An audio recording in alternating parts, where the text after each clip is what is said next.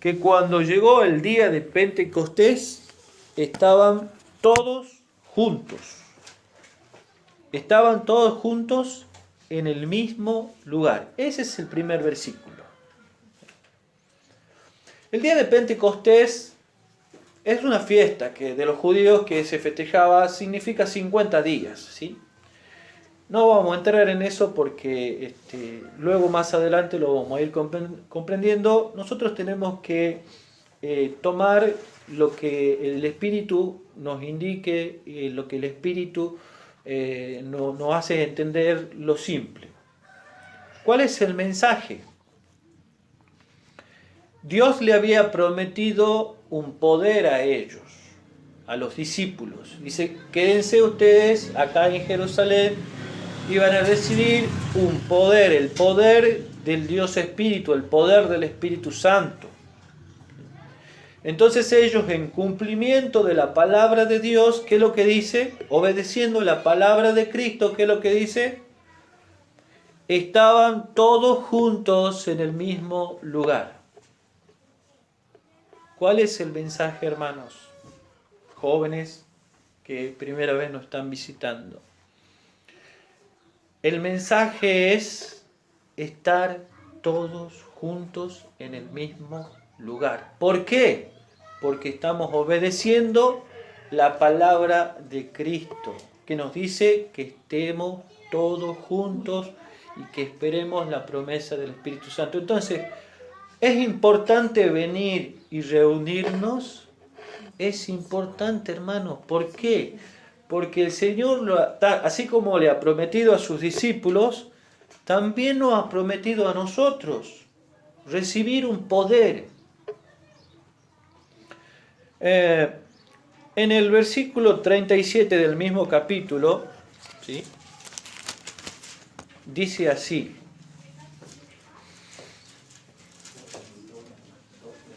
cuando ellos en ese momento reciben el poder del Espíritu Santo, siendo que hablamos, digamos, cuando hablamos del Espíritu Santo, hablamos de lluvia tardía, que son, en otro momento podemos ampliarnos, hablamos del fuerte pregón, o sea, una predicación fuerte, con voz potente, van a recibir los hijos de Dios para predicar el mensaje del Evangelio. Y entonces, digamos, cuando predica Pedro y le habla de Jesucristo, de su muerte, de cómo estaba anunciado todas las cosas en la Biblia y lo que se ha cumplido de él, entonces ellos son conmovidos por el mismo Espíritu que habían recibido, ¿sí? Son conmovidos. Entonces, cuando el Espíritu Santo trabaja en el corazón de cada uno de nosotros, hay una reacción, ¿sí? ¿Y cuál es esa reacción?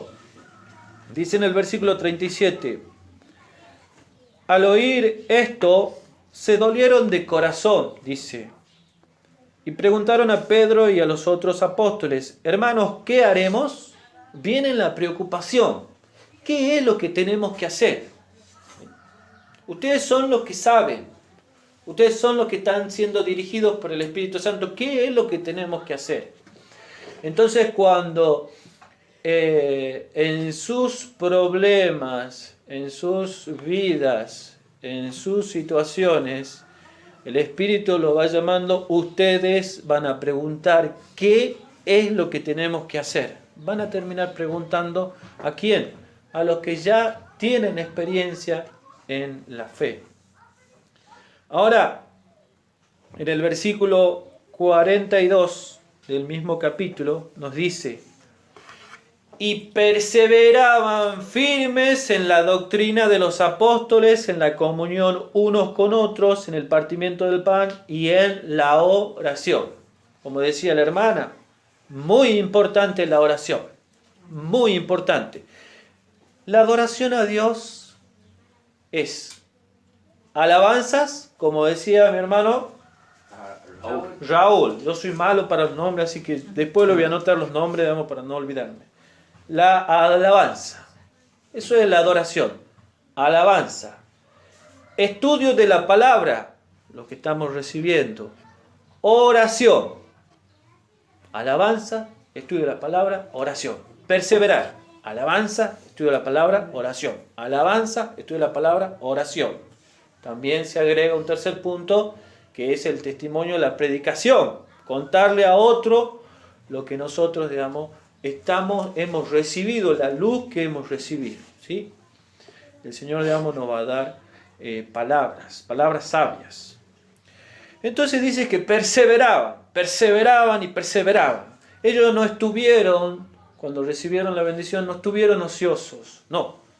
Cantaban, oraban al Señor, recordaban, digamos, todo lo que Cristo le había dicho, porque Cristo en ese momento ya no estaba físicamente con ellos, sino que Cristo le había prometido que iba a venir a alguien que iba a reemplazarlo, ¿sí? Que era el Santo Espíritu. Bien. Entonces, perseverar. Y el último versículo de este pasaje dice, en el versículo, yo les digo, 44, y después también vamos a leer otro versículo más, el 47.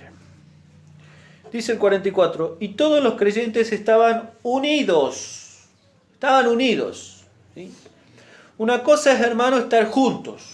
¿Sí? Nosotros estamos juntos, ¿sí? Físicamente. Otra cosa es estar unidos. ¿Sí? Podemos estar juntos, pero podemos estar desunidos. Entonces, ¿qué más dice el versículo? Dice, y tenían todas las cosas en común. Es decir, en otras versiones estaban unánimes, ¿sí? Que no es lo mismo que estar juntos. Estar juntos es estar físicamente. Estar unánimes significa que eran una sola alma, un solo pensamiento, una sola idea, ¿sí? Muy bien, y el versículo 47, el 46 y el 47 nos dice, seguían reuniéndose cada día en el templo, ¿sí? Y en las casas partían el pan y comían juntos con alegría y sencillez de corazón, alabando a Dios y disfrutando la simpatía de todo el pueblo, y el Señor agregaba cada día a la iglesia a los que iban siendo salvos. Afirmación, iban siendo salvos. Entonces, qué importante es reunirse en los templos, en las casas. Eso es una obediencia a las palabras del Señor, que estén juntos, que estén unidos, que estén unánimes, una sola alma, un solo pensamiento, una sola idea. Y el Evangelio, hermanos, y esto es lo que vamos a hablar, más, digamos, desviarme, digamos, tal vez de lo que yo había preparado. El Evangelio es un paquete de bendiciones. Es un paquete de bendiciones. ¿Cómo es esto? El Evangelio no es una sola bendición, es decir, el Evangelio son buenas nuevas que me dicen que nosotros podamos alcanzar la bendición de la salvación, la vida eterna, ¿sí? Entonces, muchas veces el mundo y los que nos ven creen que ahí van los loquitos que creen que yendo cada día, digamos, van a ser salvos y que van a vivir por la eternidad. Y ellos piensan que el Evangelio solamente es eso, que venimos a hablar de la salvación. Es lo más importante la salvación. Es lo más importante, ¿sí? Es mucho más importante que cualquier otra cosa entender la salvación. Pero el Evangelio es un paquete de bendiciones. ¿Qué quiere decir? Que cuando yo entiendo la salvación, una vez que entiendo la salvación, el Señor me empieza a bendecir y a dar comprensión, y a dar solución, y a dar felicidad finalmente cuando yo entiendo el Evangelio en muchas áreas de nuestras vidas. Yo la verdad que a medida que ustedes iban compartiendo, sus testimonios, yo iba anotando, este tema le pertenece a esta parte del Evangelio. Este otro tema le pertenece a esta otra parte del Evangelio. Este otro tema le pertenece a otra parte del Evangelio. Y la Biblia tiene respuesta para todos los problemas. Por eso es que el Evangelio es un paquete de bendiciones, ¿sí? Vamos entonces a entender. Le voy a comentar, para que no sé cuándo iré a volver yo por acá, pero le voy a comentar así a grandes rasgos. El tema central es la salvación. Eso es lo que ya vamos a ver. Cuando hablamos, por ejemplo, del tema del hogar y el cambio de corazón, hay promesas para el cambio de corazón y que el Señor lo puede hacer ya. Yo no puedo estar, digamos, año tras año, semana tras semana, día tras día, para que el Señor no necesita tiempo, digamos, para, por ejemplo, uno de los problemas es para cambiarme el corazón. No necesita tiempo, no. El Señor puede cambiar mi corazón así ya. Hay una promesa en el libro de Ezequiel, el capítulo 36, que Él va a cambiar el corazón. ¿Sí? Una promesa, digamos, después lo podemos ver. Con el tema, digamos, de la salud, 2 puntos. El Señor tiene una bendición con el tema de la salud que es los remedios naturales. ¿Sí? Aplicar a la vida remedios naturales. Entonces, hasta me puedo curar de algunas enfermedades con remedios más naturales. Yo tengo hermanas que tienen testimonios que se han curado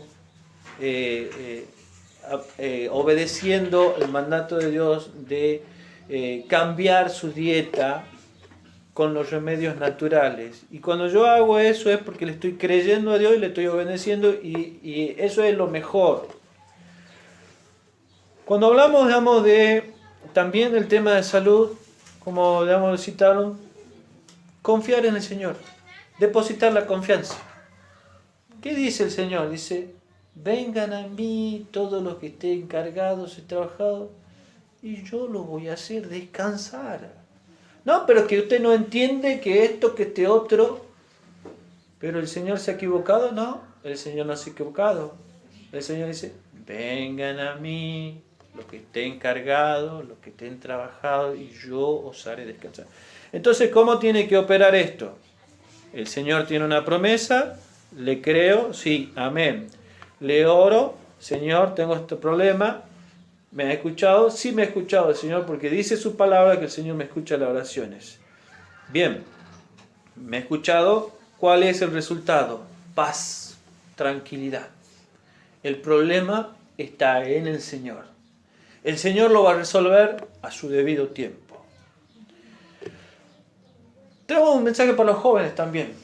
Jóvenes, Raúl, los chicos, ¿cómo era su nombre, chicos? Ramón y... Ay, no había entendido. Fernanda. Parece que el barbijo por ahí. Muy bien. No, está bien. No lo he entendido por el barbijo. Bien. El Señor tiene un mensaje para los jóvenes también. No sé la edad que tienen, pero desde ya hay que ir guiándolos. Y esto están involucrados los padres en el tema de la pareja, ¿sí? Todo lo que trae el Evangelio son asuntos de fe, ¿sí? El diezmo es un asunto de fe, ¿sí? El tema, digamos, de pedir, digamos, de pareja, ¿sí? Los jóvenes que empiezan a ser atacados, el diablo le puede poner una pareja que no es la idónea. Entonces nosotros los cristianos, ¿qué es lo que tenemos que hacer? Empezar a pedirle al Señor que le envíe la pareja correcta para la felicidad, para que después no fracasemos, ¿sí? Entonces, eso parte de los jóvenes. O sea, el Evangelio trae la solución a todo tipo de problemas, ¿sí? Y eso, digamos, ya lo vamos a ver. Entonces, digamos, hemos hablado de salud, hemos hablado, digamos, de confiar en su amor, el mensaje para los jóvenes que también, digamos, podemos empezar a pedir al Señor, digamos, que nos dé en un futuro, nos prepare a alguien, digamos, que sea idóneo, digamos, para que sean felices, porque el Evangelio trae la felicidad. Diezmo es un tema, digamos, de fe. El cambio de corazón también son promesas que se pueden cumplir. En fin, cuando nosotros entendemos la salvación, es un paquete de bendiciones, no solamente, digamos, con respecto a la salvación, sino con respecto a todos nuestros problemas, ¿sí? Económicos, de salud, familiares, ¿sí? Bien, ahora sí, vamos a ir a los versículos, vamos a ir a comprender el Evangelio. En Hechos, en el mismo Hechos, en el capítulo 16, en el versículo 30 y 31, hay un episodio ahí en una persona que tenía un problema, era un carcelero, era un guardia, estaba, digamos, en ese momento rigiendo el imperio romano, y los romanos eran terribles, al punto, digamos, que ustedes ven, digamos, la muerte de Jesucristo ha sido, digamos, crucifixión. La crucifixión es una de las peores muertes, digamos, que puede tener el ser humano, porque es una tortura tremenda, agonizando, digamos, ahí en la cruz. O sea que los romanos eran terribles, eran muy estrictos. Y eso lo sabía el carcelero. Había un carcelero que estaba encargado de que no se salgan los presos, no se escapen, y si se llegaban a escapar iba a tener que rendir cuenta ante los romanos, y los romanos lo iban a matar. No le iban a decir, bueno, no, te disculpo, está bien, ha sido un descuido, no. Directamente lo mataban. Entonces, para llegar a no llegar a eso, cuando este carcelero, digamos, que justo hubo un temblor ahí, un temblor, se abrieron las cárceles, entonces no estaban ninguno. Los presos, en esos presos estaban los discípulos del Señor. Este hombre pensó que ellos se habían huido, y entonces ya estaba a punto de quitarse la vida. Entonces, antes de que pase esto, los apóstoles dicen, estamos todos aquí, quédate tranquilo, estamos todos aquí, no te hagas daño. Y es ahí que viene la pregunta, cuando el ser humano empieza a entender el Evangelio, empieza a entender el amor de Dios, viene la pregunta, la misma pregunta que la habíamos leído en el capítulo 2. Dice, en el versículo 30 dice, los sacó de allí y les dijo, señores, ¿qué debo hacer para ser salvo? ¿Qué debo hacer para ser salvo? Hacer es un verbo, ¿sí? Es una acción, hacer algo.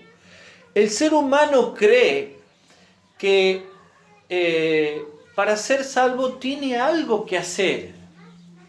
Y esa es la religión, por ejemplo, que muchos enseñan, y la peor de todas, yo le voy a confesar. ¿Saben quién es la peor religión de todas que enseña, digamos, que tenemos que hacer? ¿Saben quién es? ¿Saben? La Iglesia Adventista. ¿Saben por qué?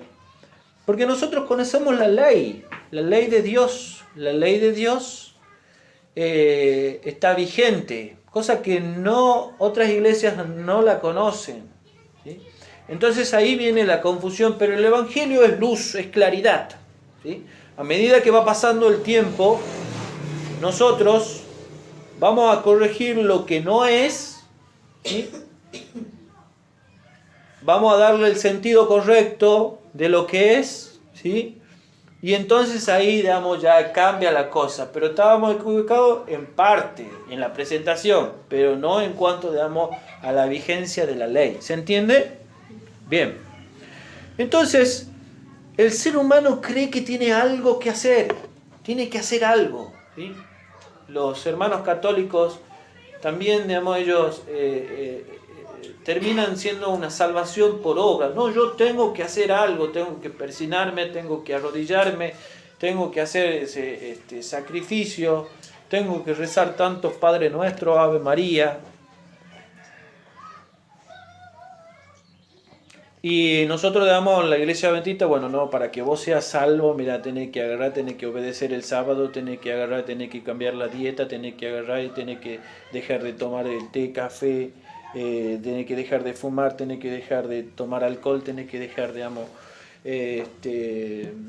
un montón de cosas, una montaña de cosas tenés que dejar.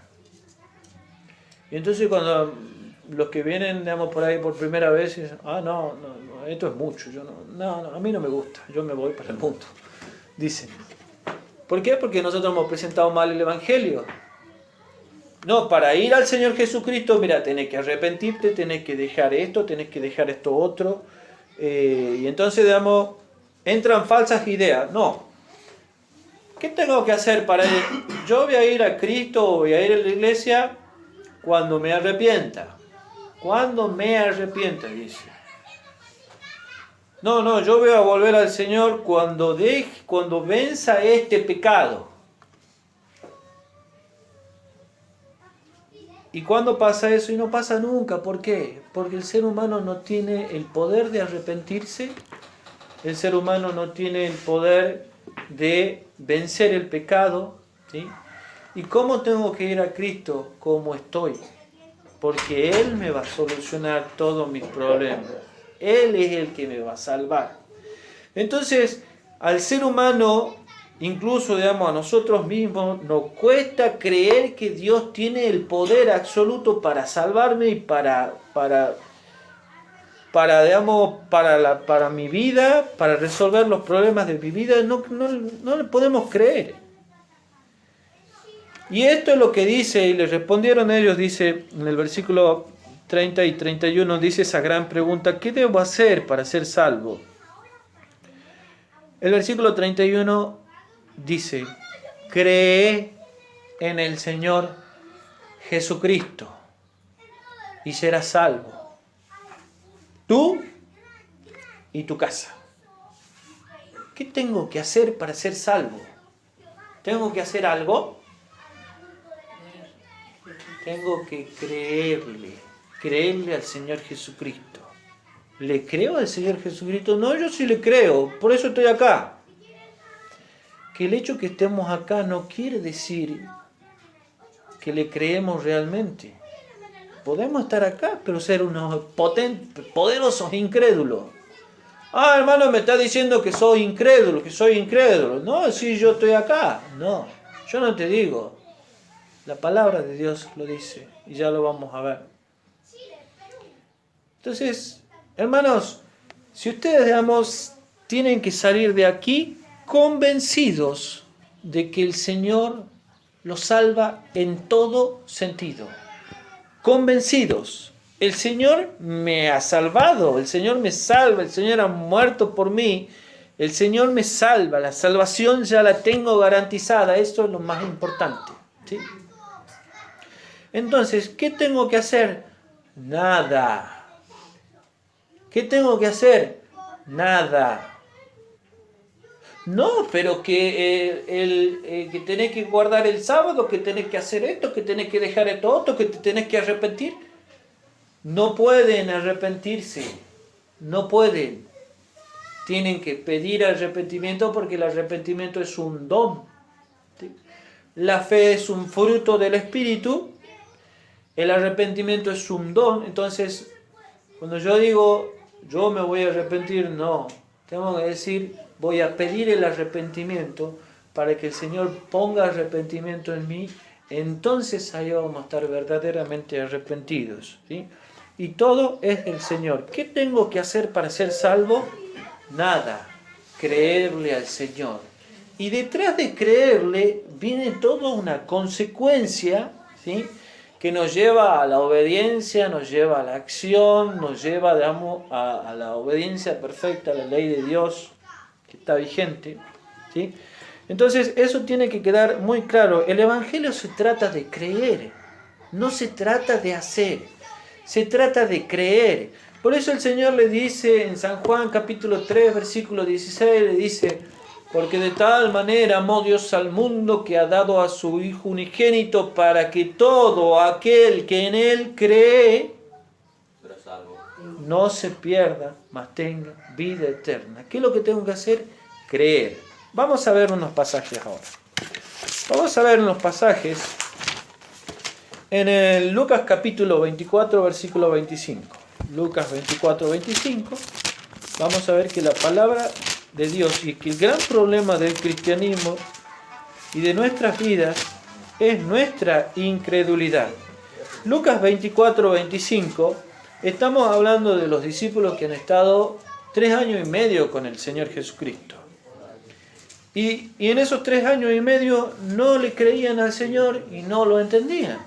Entonces dice en Lucas 24, 25, dice: entonces Jesús les dijo: simples y lentos de corazón para creer lo que anunciaron los profetas.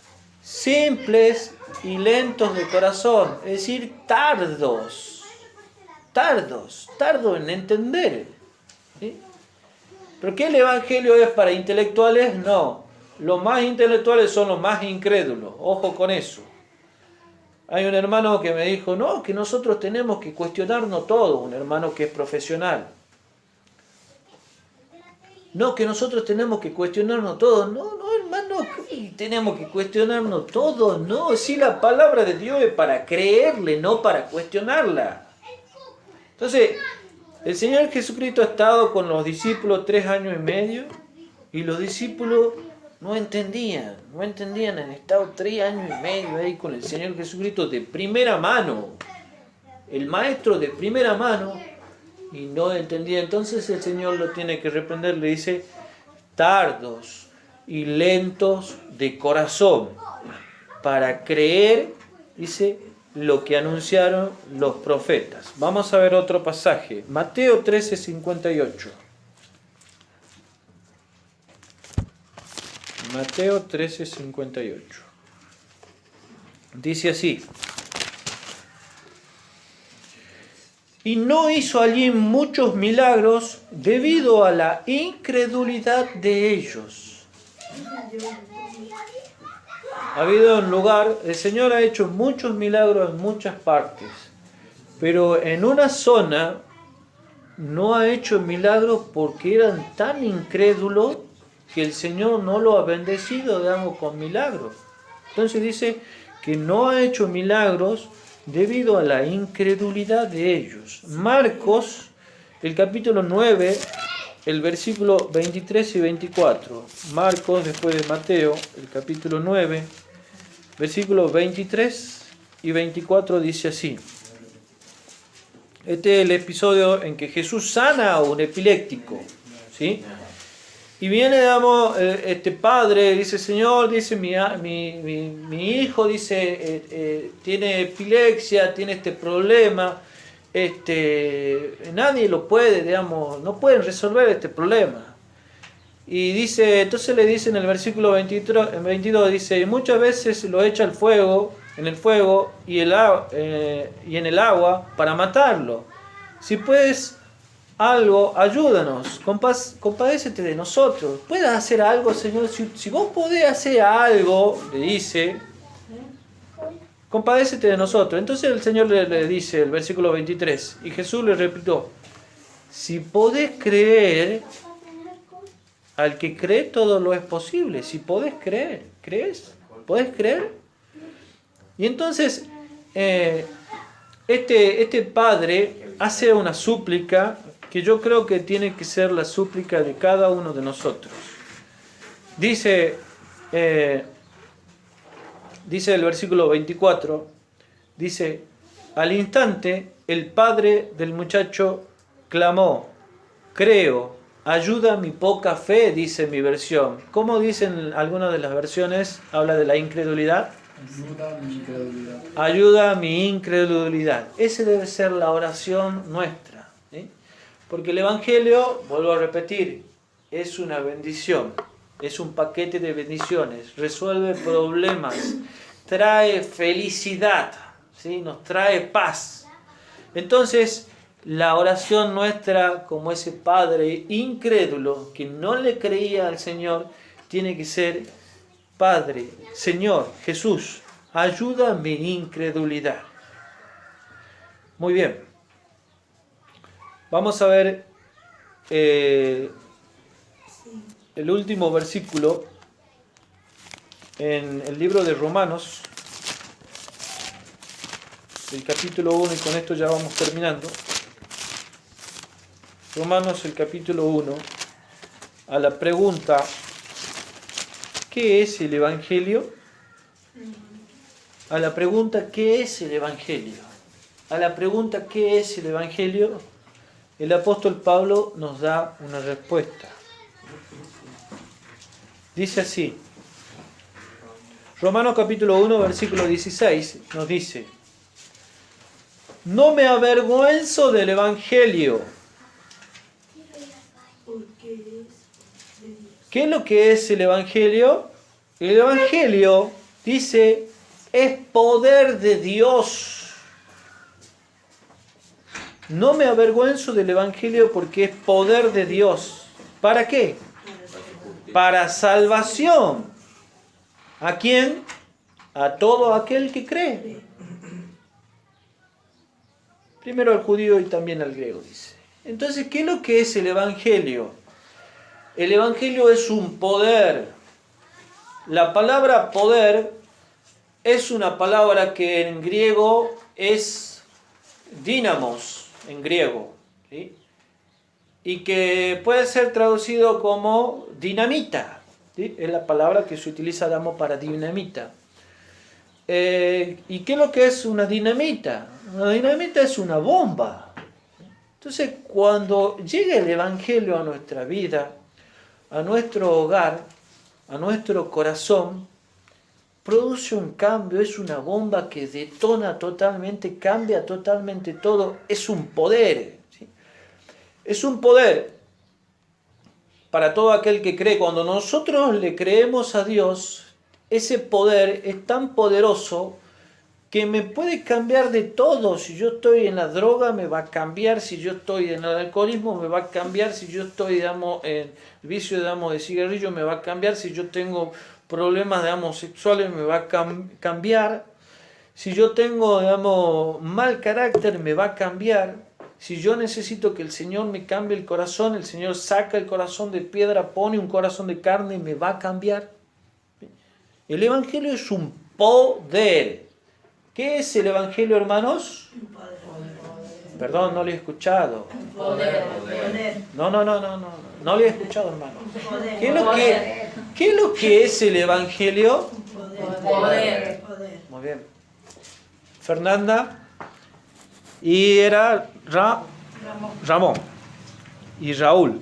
Raúl, Fernanda, Ramón. Ustedes tienen que salir convencidos en esta mañana de sábado y responderme qué es lo que es el Evangelio. ¿Qué es lo que es el Evangelio, Raúl? Poder. Amén. Fernanda, ¿qué es el Evangelio? Amén. Ramón, ¿qué es el Evangelio? Poder. Es un poder. Es un poder. Y ese poder me va a cambiar la vida, ¿sí? Y cuando yo conozco ese poder, esa luz, entonces inmediatamente, digamos, voy a necesitar tener la necesidad de ir y comentarle y hablarles a otro. Dice la palabra del Señor: cree en el Señor Jesucristo y serás salvo tú. Vas a ser salvo tú y tu casa, ¿sí? ¿Cómo es esto? ¿Es por arte de magia? No, no es por arte de magia, sino que es por la propia influencia, ¿sí? La influencia de cuando yo creo en el Señor, ¿sí? Estudio la palabra, oro, ¿sí? Comparto, digamos, mi fe a los que no conocen. Entonces, en mi casa empieza a haber un cambio. Acá hay un cambio. Acá esta persona está cambiada. No es que habla, sino, digamos, no es tan solo el hablar, es el cambio que hay en la persona, digamos, de hecho, ¿sí? Entonces, digamos, ante muchas situaciones problemáticas, el cristiano lo resuelve con oración. Ante falta, digamos, de un consejo, el cristiano va a la Biblia y encuentra la respuesta en la palabra de Dios, en muchos hechos, en muchas historias, digamos, que son las mismas historias, digamos, que tal vez hemos pasado nosotros. Ante, por ejemplo, la disolución, digamos, de un matrimonio, hay muchos consejos que nos vienen a decir, no, ay hermana, vos sos joven, ponete más linda y buscate otro. O vamos, digamos, matemos las penas, digamos, con alcohol. Hermano, no, eso no es el camino, no mata ninguna pena el alcohol, y un mal consejo es decir, digamos, que se busque otra persona. ¿Sí? Cuando el Señor, digamos, nos ha llamado a lo que Dios unió, no lo puede separar el hombre. Entonces, el consejo correcto es, hermano, hermana, persevera en el padre de tus hijos, en la esposa de tus hijos, digamos, en la madre de tus hijos. Y si, digamos, ves que no se puede, entonces, digamos, el Señor, digamos, va a cubrir cualquier tipo de necesidad y nos va a llevar a buen puerto, dejarlo todo en las manos del Señor. Hay testimonios, digamos, muy fuertes. Yo conozco testimonios muy fuertes de mujeres que han vencido en la fe, han tenido la victoria en la fe, ¿sí? En todo tipo de problemas, ¿sí? El Evangelio es un poder y trae la bendición a todo tipo de problemas. Mis queridos hermanos, que Dios les bendiga a cada uno de ustedes y que podamos vivir la fe, ¿sí? El justo dice, por la fe vivirá. No se olviden de esos dos versículos. El justo vive por la fe. El Evangelio es poder de Dios. ¿Sí? Que Dios les bendiga, hermanos. Amén.